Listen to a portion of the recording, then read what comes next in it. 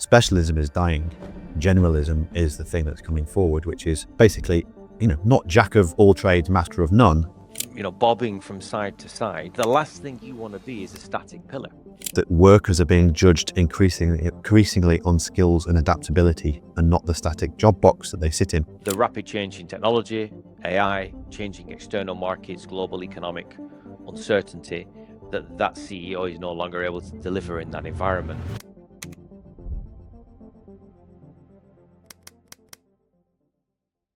I think stats speak for themselves, really. If you've got an average of 11% of the S&P 500 C-suite execs, in fact, actually, it's not C-suite execs, it's CEOs, which is obviously its own pot of data. But if 11% of the S&P 500 CEOs quit each year, and this year it's close to 15%, which is what, 45% increase at least.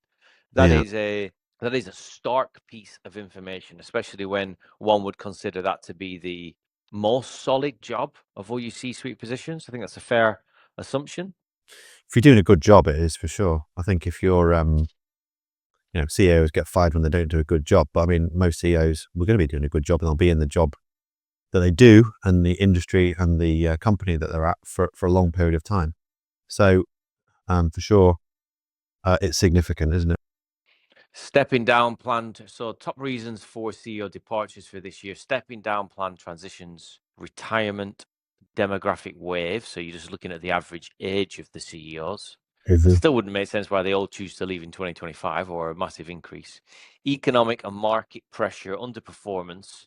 Well, that's probably a larger one. CEO turnover continues to climb, reflecting the immense pressure leaders face in navigating economic uncertainty, rapid technological change, and a huge shift in organizational priorities. That's got to be a higher one. Effectively, is this CEO capable of delivering the next wave of integrative tech into a company? Yeah, what's their ability to pivot? In the same way as the skills first shift is changing, and the adaptability and ability to pivot into new markets or new technology is affecting most people in the workforce. Is going to affect CEOs as well, right? There may be the tail end, but it certainly is a tail end of people it's affecting, but it is for sure demonstrating that they're not immune to it, right? So, and it seems to be accelerating. I think there's a parallel to draw between the change in C-suite positions for large companies and the huge sway from an investment point of view that's occurring, where people are moving from those traditional 60-40 model portfolios to private investments. If you kind of put them in parallels, on one side you've got the standard MO, the regular route that everyone is taking, whether it's a C-level conversation or whether it's the investment conversation, and that switch is the environment has changed so much so that this no longer supports that environment, and we need that. Meaning over here you've got the rapid change in technology, AI, changing external markets, global economic uncertainty, that CEO is no longer able to deliver in that environment.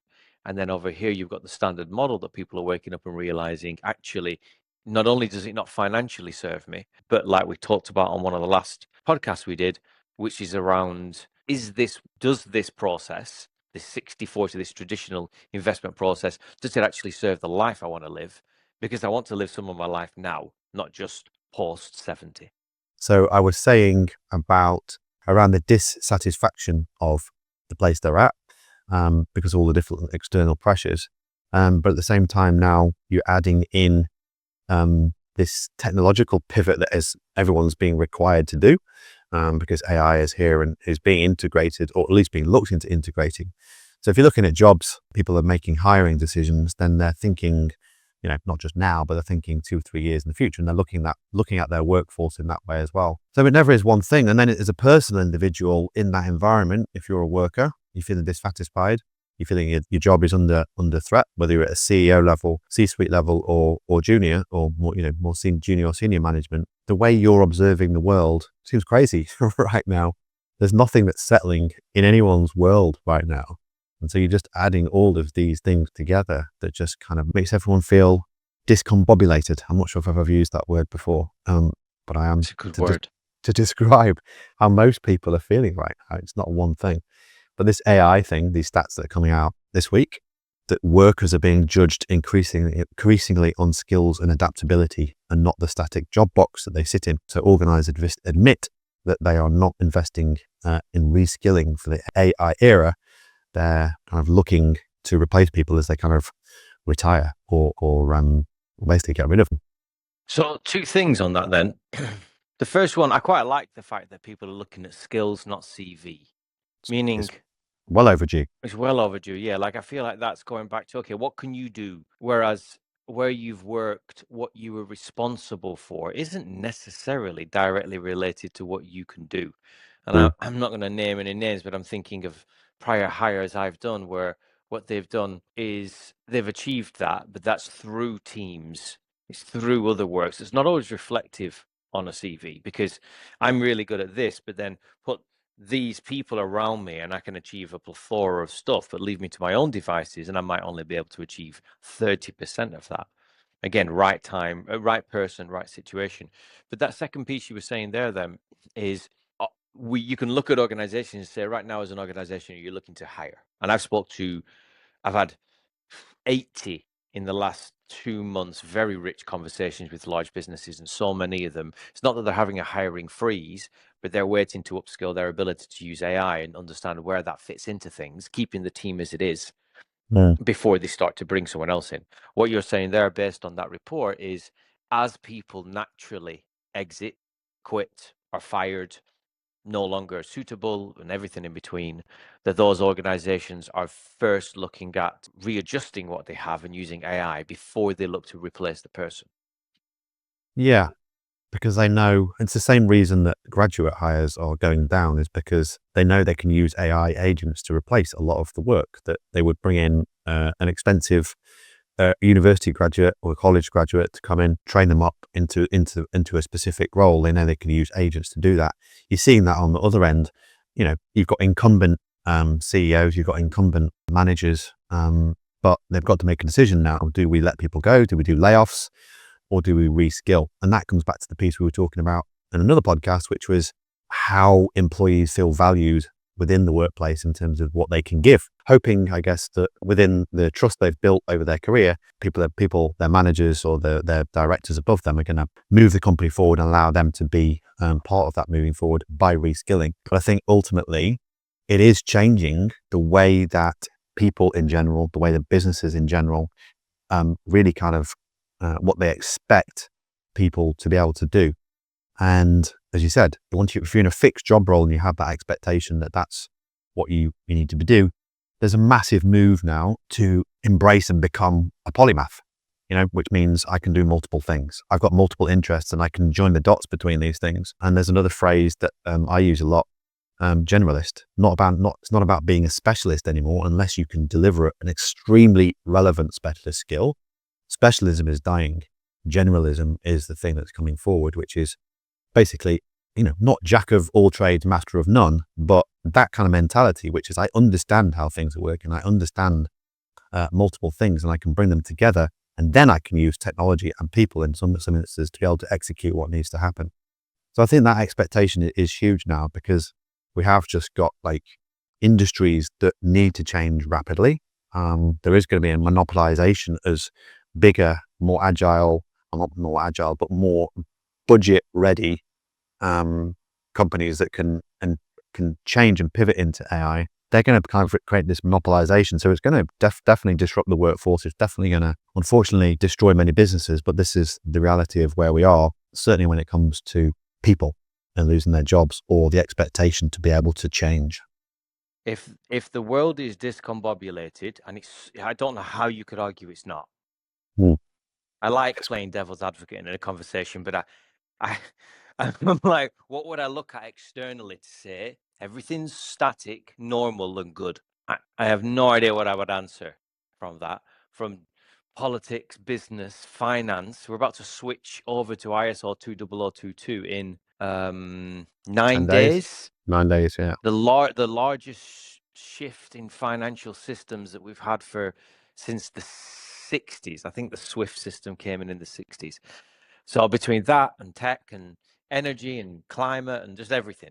So if we're living in a world that is discombobulated, and I'm picturing almost a ship, bobbing from side to side, the last thing you want to be is a static pillar. It just doesn't. You need the flexibility. That's what they build into skyscrapers and tall buildings to deal with earthquakes. That's why wood does so well, because it can flex a little bit without breaking its structure. So, because I'm thinking about someone that hears entrepreneur mindset and he's like, "Wow, that's not me," and I've been a glass maker or a CFO or the analyst for X number of years. I am fixed in thinking. Now, that may be true, and to have entrepreneurial mindset doesn't mean you suddenly have to be floaty and not give a shit and move through things and break things. But it's the mindset to understand that at the very least mentally, we want to allow for some flexibility. And that is at some point we need to come to the logical conclusion that if everything's moving, I have to move. I don't necessarily have to change my skills necessarily. You may need to upskill, but you can retain the skills you've got. But the thinking, the part of you that gets you from where you are to something else, that needs some flexibility in it. And I think discombobulation is a very appropriate word for all of that, because it's one of those ones that stops you in your tracks because you're half thinking, is that a real word? But it's the most appropriate word, like how everyone called COVID bonkers. It's definitely the most appropriate word for that period of time.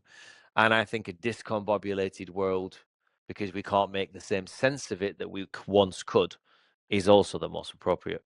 The thinking needs to 100% change, right? You're thinking, if you've got a fixed mindset right now, move to an adaptable mindset. It's going to be scary, but there are huge opportunities on there. Humanity can ultimately is going to benefit from this in the long term, and you can play your part in it. I think what I did back in 2022, when ChatGPT 3 came out, I was like, this is the most amazing tool I've ever seen. And as an entrepreneur, I naturally got super excited about creating things in it. And I was working with a guy, because I was back in England at the time temporarily. I was working with an IT guy to sort of create some cool stuff. But we found out within the weeks that we were trying to build something and execute it, someone was already creating it. Someone was with more capital, more time, more energy as well, was able to do those things. So I quickly came to the conclusion that is no longer me. Like everything that's screaming at me in terms of the opportunity, AI, but maybe it's just for the newer generation or people that have got the time and energy to make a lot of money in it.